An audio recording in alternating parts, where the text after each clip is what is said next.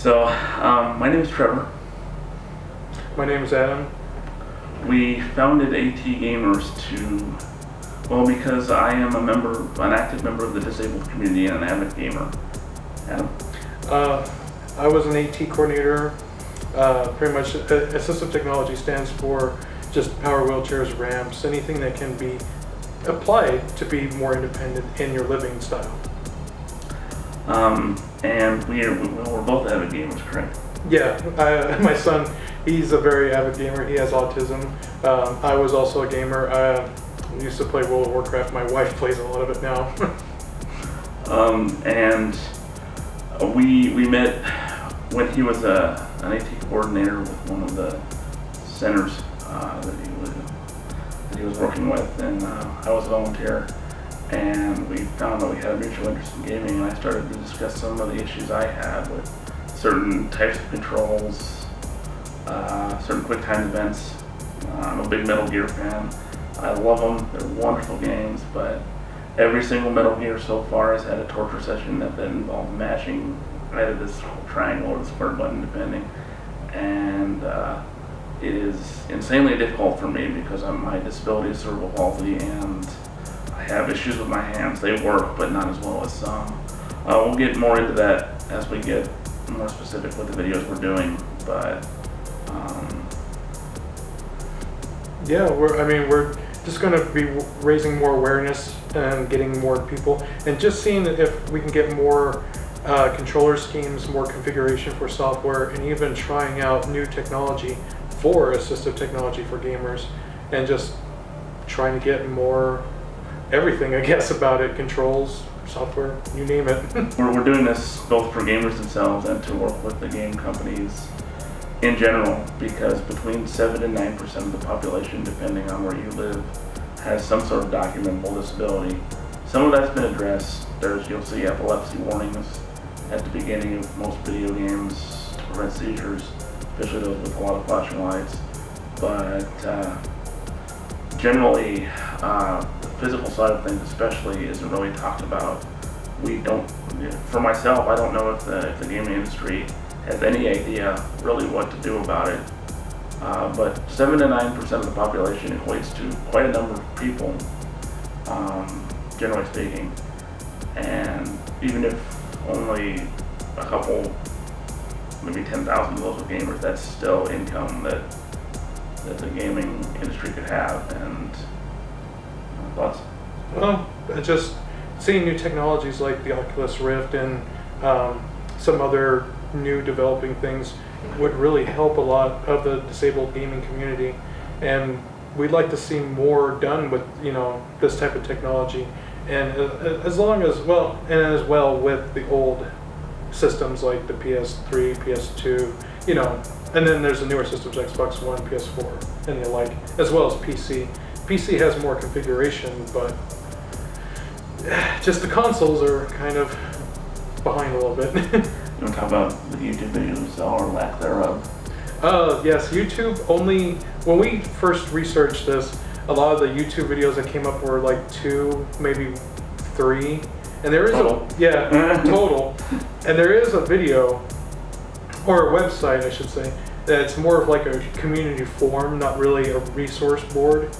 But we want to bring it more into the light, just kind of saying, hey, this really does exist, and we want to see more ideas from gaming companies, gaming places. NVIDIA has a few examples, but they're not really. They were kind of like, there's one like a mouse and a keyboard that it goes on the lap. It was called the Turret, but I was like, this could be useful. It just needs some tweaking. I remember one of the YouTube videos we saw was he paraplegic? Yeah, I believe. The Call of Duty player? Yes, he paraplegic, but he had his own setup, and it was pretty much homemade. It was a genius setup, and it was a wonderful thing. And he couldn't move. If I recall correctly, he couldn't move his arms or legs, and he had somehow figured a way, or at least he had limited movement in both. Yeah. And he had somehow figured a way to rig up his keyboard. Was it? His keyboard and mouse to where it was going through a switch, and he would have one hand control the movement while the other one was doing like ASW, but it was like reversed. It was really interesting. We'll put a link in the description of this video if you want to see it. But I remember watching that video and thinking, wow, as wonderful as it was, it kind of looked like it was being held together with bubble gum and duct tape. Very homebrew. And if it works for him, wonderful. We're not criticizing him at all.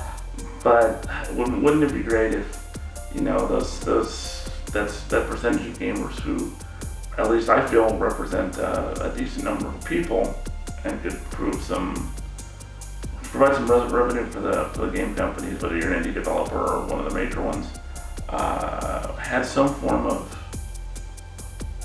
adaptive technology, AT, to allow them to play better, faster, more efficiently. I'm also a big Call of Duty fan, but I never ever play online. A big part of that is just because with my dexterity issues, I wouldn't be very good. I don't want to drag a team down, and I understand that there are some really understanding people out there, but it's something you're sensitive to, where in games where your score really matters, you don't want to lag behind your team or fail to do your share of kills or whatever you want to call it. That's true. I mean, when my son, he plays Xbox, and I've gotten a few hate messages back and forth just saying that I don't, they think it's me playing, but I put up on my messenger tag, my son is the one who plays, he has autism, please no hate mail, but I still get it.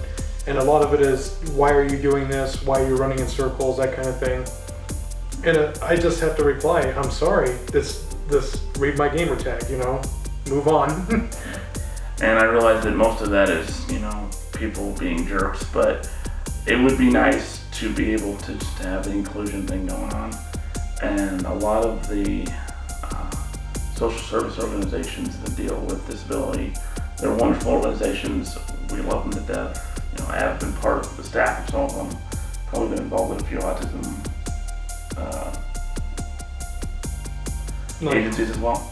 Well, just my son's going to special ed classes. Okay.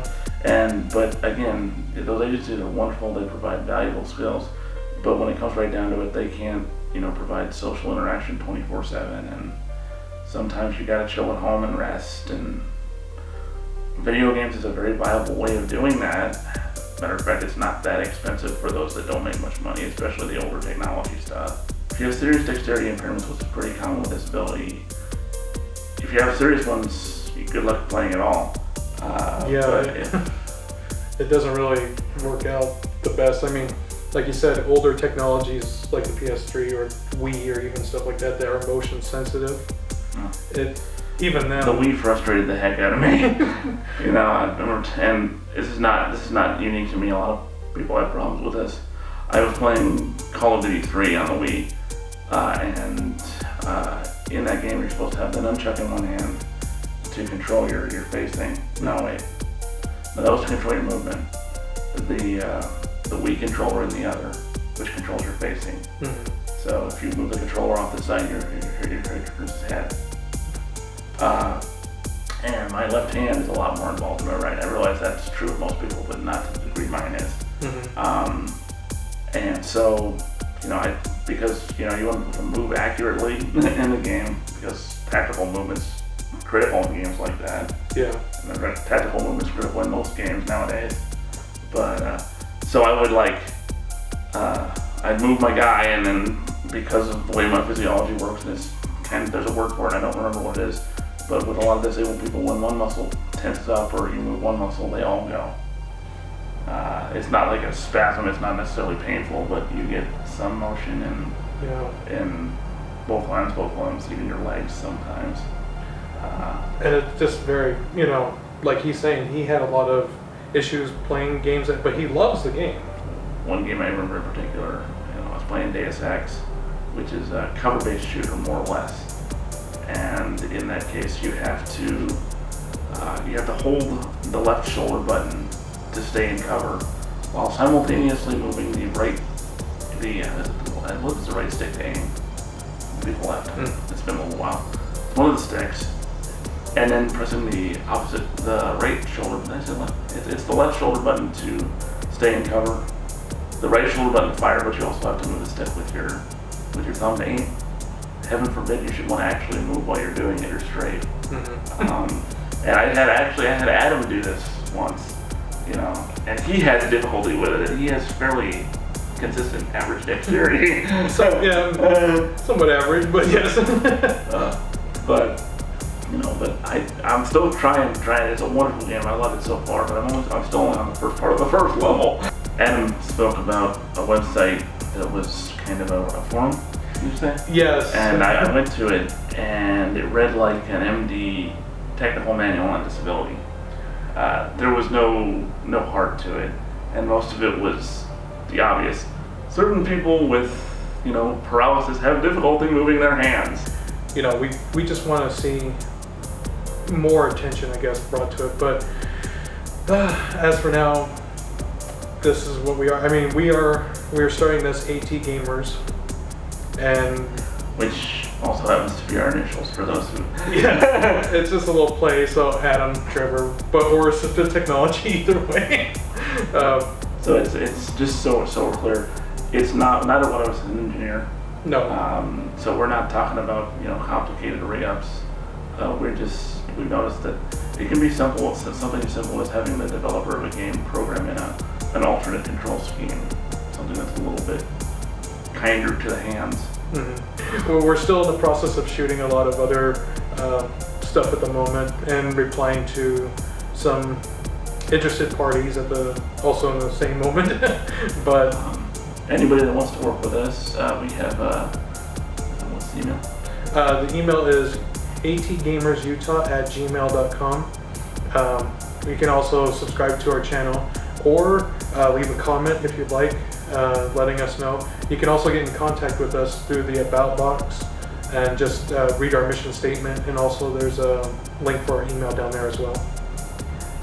Anything else? Right now, I think, yeah, we look forward to, if you are an organization that want to get in contact with us and work with us, we're willing to hear you out. Or if you're just a gamer, even a gamer, just saying, hey, I have difficulty, I want to share my story, we can help you get it out Absolutely. there too. Yeah. If you are a gamer and you are frustrated and you want to know more, we can try and help you. We can even get you on our show and just see, hey, we want to bring this to the forefront. This is what we're dealing with, but we want to, you know, make the companies known.